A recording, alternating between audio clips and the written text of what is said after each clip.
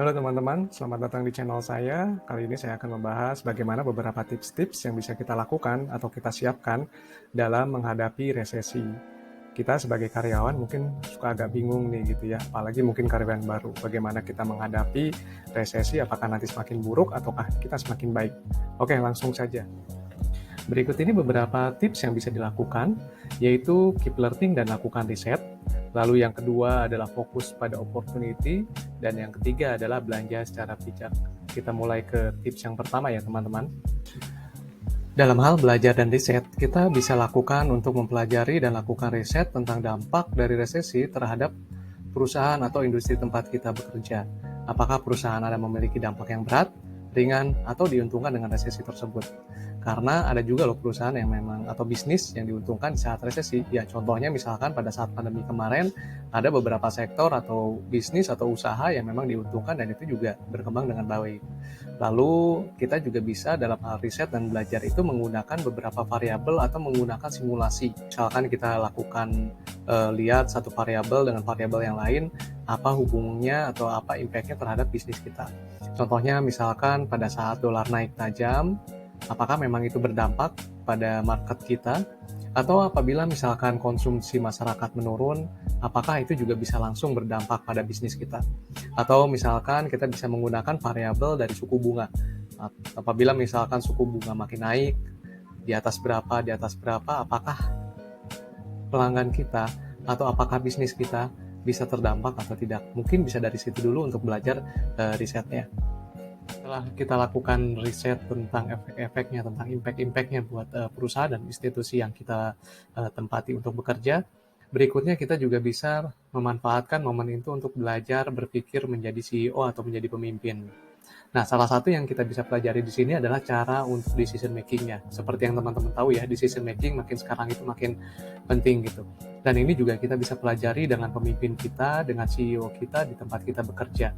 Jadi contohnya kita bisa belajar tentang apa keputusan yang diambil oleh CEO kita di saat seperti ini, dan apakah impact-nya itu ke depannya baik atau buruk, berhasil atau enggak. Nah, kita sambil jalan bisa sambil lihat juga apakah memang keputusan yang sudah diambil itu keputusan yang memang berhasil atau enggak, ada sukses story enggak dari hal tersebut, atau kalau misalkan memang itu ada kegagalan, kita bisa mengambil lesson learn dari hal tersebut. Nah, ini juga akan sangat bermanfaat ya teman-teman ya, terutama kalau misalkan suatu di saat yang akan datang di masa depan teman-teman nanti menduduki posisi pemimpin, menjadi CEO. Amin ya robbal alamin ya, mudah-mudahan teman-teman juga bisa menjadi CEO. Teman-teman juga bisa lebih siap untuk menghadapi resesi-resesi berikutnya, krisis-krisis berikutnya, karena sudah banyak belajar dari momen-momen ini. Jadi jangan lupa ya teman-teman ya, momen ini juga bisa dilakukan, teman-teman bisa punya pemikiran atau perspektif dari CEO, dan itu juga perlu dilatih juga ya teman-teman. Lalu tips yang kedua adalah fokus pada opportunity. Jadi teman-teman, resesi, perlambatan ekonomi dan inflasi ini datang kepada kita tuh dalam bentuk yang netral. Nah, kita bisa meresponnya itu dengan cara negatif atau dengan cara yang positif. Jadi diibaratkan itu seperti ada sisi baik, ada sisi positif, ada yin, dan ada yang juga gitu. Nah, setelah kita melakukan riset yang tadi ya, dari impact-impact, dari kita menjadi, diibaratkan kita menjadi CEO, nah berikutnya adalah kita fokuskan untuk mencari opportunity-nya. Jadi seburuk apapun nanti kondisi yang akan terjadi, itu pasti ada opportunity. Dan waspada juga, jangan panik ya teman-teman ya, karena nanti akan banyak mungkin godaan-godaan untuk panik. Tapi kalau misalkan kita sudah prepare, sudah lakukan riset sebelumnya, dan sudah banyak belajar sebelumnya, pasti kita akan bisa fokus untuk bisa menggapai opportunity ini dengan lebih baik lagi. Berikutnya tips yang ketiga, yaitu belanjalah secara bijak, terutama belanja untuk produk-produk Indonesia, terutama ke produk-produk UMKM ya teman-teman ya, karena mereka adalah penggerak ekonomi bangsa. Contohnya kalau misalkan teman-teman belanja ke pasar tradisional atau belanja dari petani-petani setempat, uang Anda juga akan bisa menghidupkan ekonomi di satu daerah tersebut. Saat pandemi ini juga sebenarnya teman-teman masih bisa belanja juga ya, hanya mungkin kita perlu selektif dulu apa yang perlu dibelanjakan.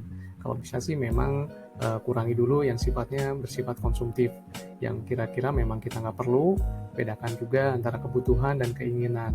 Nah, hati-hati juga dengan namanya impulse buying, yang memang kita dibuat sesuatu, kita harus beli, tapi fungsinya juga mungkin kira-kira belum urgent atau belum bermanfaat untuk saat ini. Nah, kira-kira untuk bentuknya yang seperti itu, saya rasa sih bisa ditunda dulu ya, teman-teman ya. Bayangkan kalau misalkan hal tersebut juga dilakukan oleh banyak orang di Indonesia.